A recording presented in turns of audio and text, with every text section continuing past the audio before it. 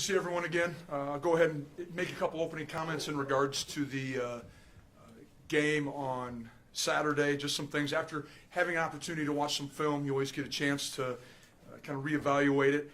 From an offensive side, was pleased with how we were able to run the football. Challenged the Rams early.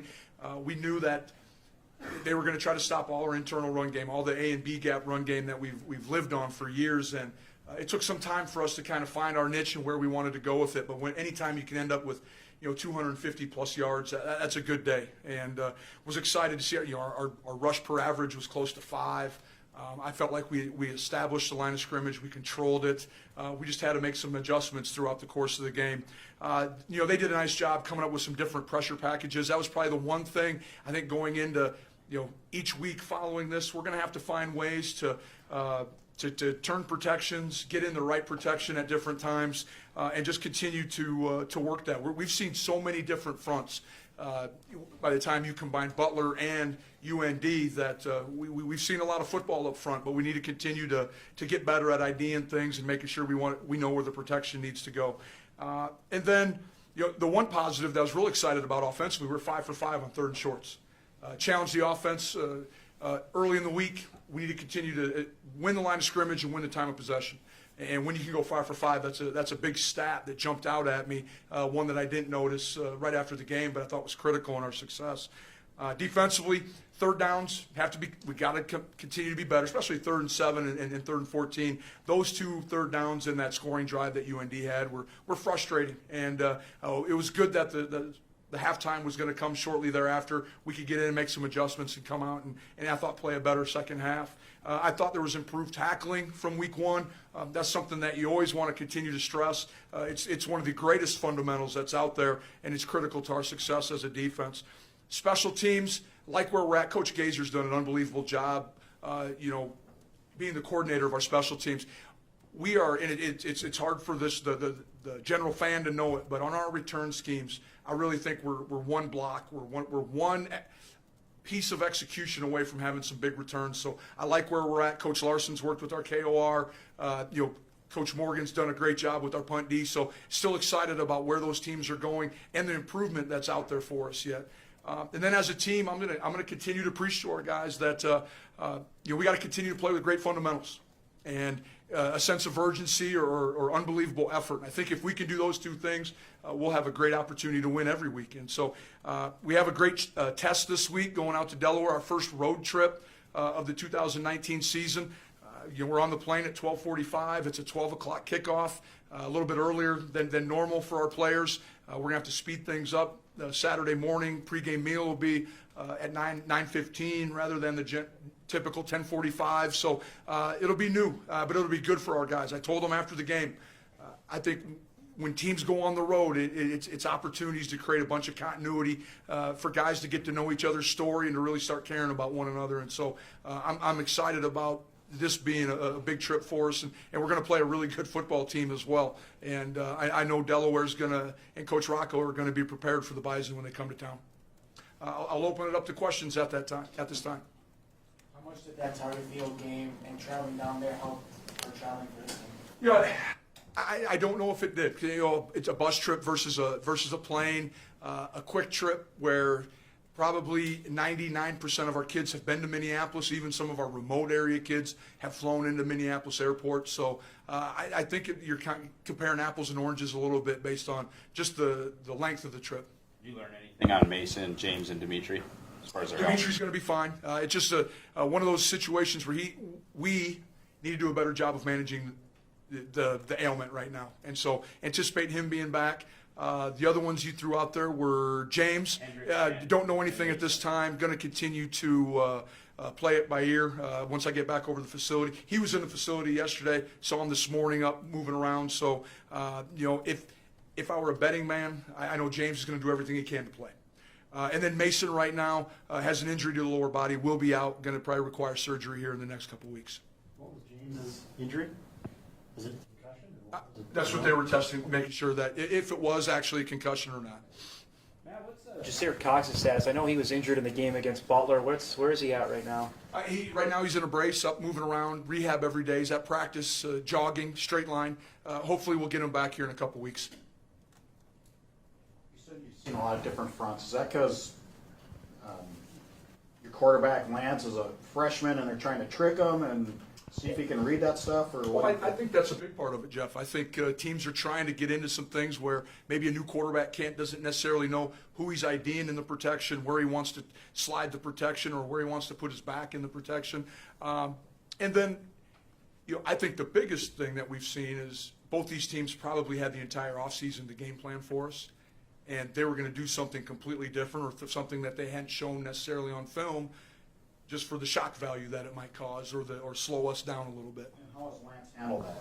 He's done well. Yeah, I think as I've watched film with the offensive staff, I think there's been a few times he's missed some things as far as protection and being able to get us lined up, and then probably missed a couple reads as far as some of the quarterback run game where he probably would have been well served to hand it off rather than keep it. And those things that through experience that Easton and Carson would have figured out by now, just because they're experienced, three. Well, I think, yeah, if you were to compare, junior, senior Carson and Easton to freshman Trey, probably not really fair to compare that, but you're probably exactly right. Because of the experience, those guys had seen a lot more football.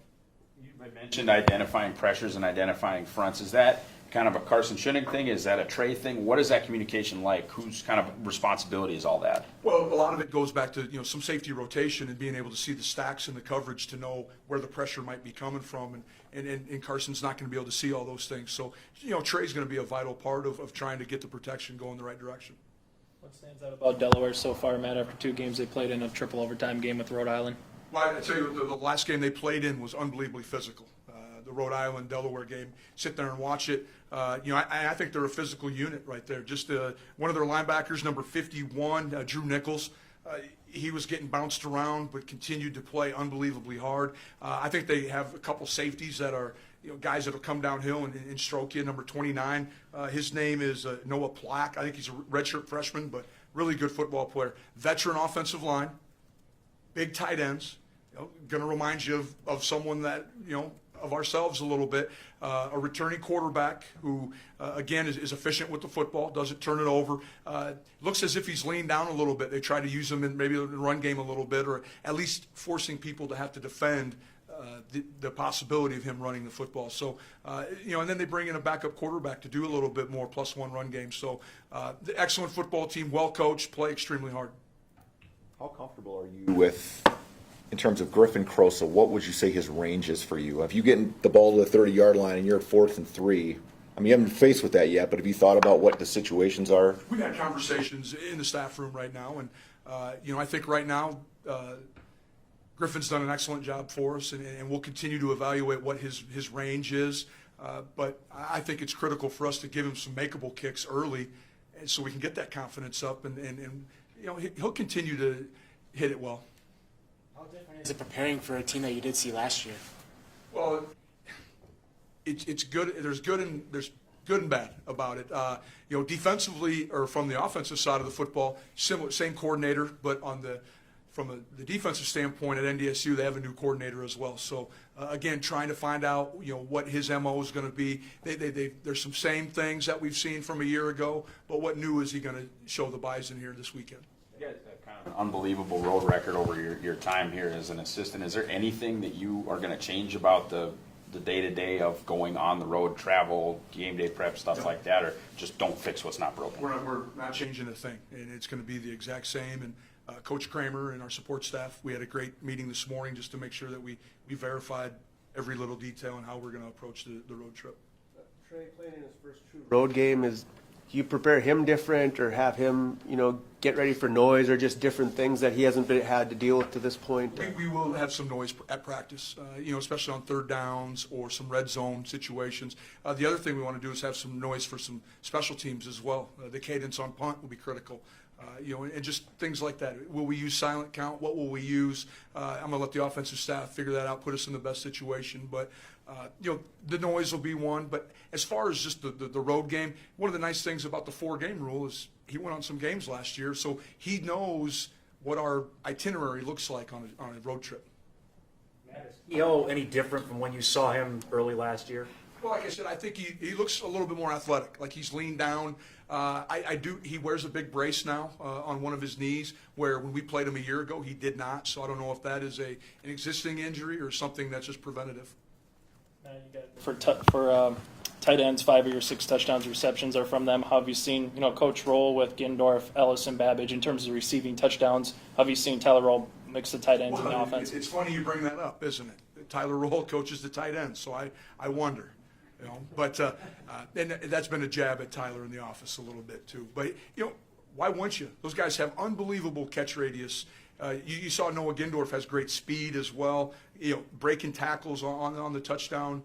They're going to the south end zone. So Trey's comfortable. And as I mentioned after the game, 9 different offensive players had catches on Saturday, and I think that's a big thing for a young quarterback to have enough faith and trust in his receivers that he's going to spread it around and find the guy with the easy completion. How much time did you guys spend in the off season installing stuff for these tight ends? Because you use Josh outside, you use Noah inside. I mean, you can line them up all over and run tons of different formations on the same personnel. Well, I think part of it is just what has bothered me in the past, cross personnel. All of a sudden it looks like an 11 or a 10 formation, but there's big receivers or big tight ends out there, and then they reduce or expand. That's a unique deal that defenses have to handle. So I'm really excited about how we're utilizing those guys, and even Austin Avery's done a nice job of getting in there and having a role, and Tyler does a great job using those guys and spreading the wealth. Johnson, do you see him getting more of an expanded role within the offense as the season progresses, or you're still kind of feeling out how he's picking up stuff? I think that's going to be a slow process, but we want to make sure he does understand some base things. I think we could utilize him in the pass game as well. He has a role on special teams already. He's done a great job. He comes from it's hard to believe that the high school that he played at didn't have football very long, and relatively new program, and he's done a great job of transitioning here and going to be an outstanding football player over the course of his career. How long after Kobe got on campus did you guys kind of realize that this guy might need to be a part of 2019? Well, when you're recruiting him and Coach Buda goes down in spring recruiting to Georgia and sees him run a 10.5, smart coaches find places for guys like that on the field. Is Wodarczyk another guy that's looking like going to be a guy that's going to play most of the year? I think as of right now, we're going to continue to work with him at safety, continue to utilize him on special teams. The thing that Julian has is he's a big physical kid already. And you guys have heard me numerous times talk to you about the physical part of the game is where high school kids struggle. Well, Jacob Lippy, Julian, guys who are pretty well developed already. Julian's 200-plus pounds. So he can physically hold up to the physicality of college football right now. Speaking of Lippy, a couple of the young receivers that you talked about early in the year did not get in the game, I don't believe, on Saturday. Yep. Lippy and Braylon Correct. not get in. Is that was perfect. At the time, late in the game, we're under center. We were trying to run the football as much as we could. Cole Jacobs, a lot of those guys were taking the majority of the reps, and so we were going to save them for another game. Still trying to make me think of the 4 game with guys like DJ, Braylon, and Lippy. Of course, yeah. Still, that's in the back of our mind. Not going to say we're going to pull anything yet. Trying to be as smart and as efficient with our 4-game rule as possible. Have you visited with anybody in your profession that's played at Delaware or will this week about granted they're renovating the stadium, what the environment is there? Have not. I know Coach Kittel, our director of operations, has reached out to Delaware State's director of operations, just try to identify what the coaching box is even like because of the renovation, trying to get a little bit of an idea, but have not yet to this point. what do you think about playing a CAA team? Something different that non-conference you guys normally don't do? Would you like to see more CAA teams on the non-conference schedule going forward? I think it's an excellent league. It speaks for itself, has great tradition.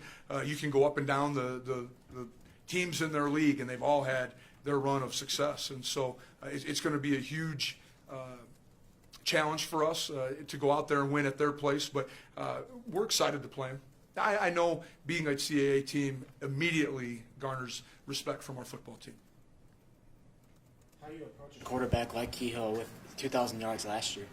Well, try to get around his feet, and so see if we can make him a little bit, uncomfortable in the pocket. We got to do a great job of stopping the run. I think they have a really good running back as well. Their run game is where they want to, they're going to very similar menu or a recipe to success that we have. Time of possession, being able to run the football and win the line of scrimmage. Do you have Ellison and Wagey on any kind of a pitch count right now, or once they were cleared, were they just? Well, Ben probably was going into it, and then as the game progressed, I think he realized that he was healthier than maybe what he was. And come second half, old Ben Ellison started to show up, and he was getting after some people at the point of attack, which was good to see, and our team needs to see that. Jackson Brown status, he didn't play on Saturday. He'll be ready to go this week. Was he hurt this past week? No. Just how's the defensive rotation? Defensive front, defensive line rotation. Last year you were 9 deep. How is that developing with some young guys and new guys in there? Well, I think right now we're probably not at 9, but I bet we're playing 7 or 8 guys. Still, a lot of them are getting their first experience in college football right now. So the more rotation we can get out there, the better. Late in the game was good for guys like Justice Kelly, Lane Tucker, critical snaps, even Matt Beagler, who we look at as an older player but hasn't played a whole lot for us since this year. So we need to continue to get those guys as many reps as we can. All right, thank you.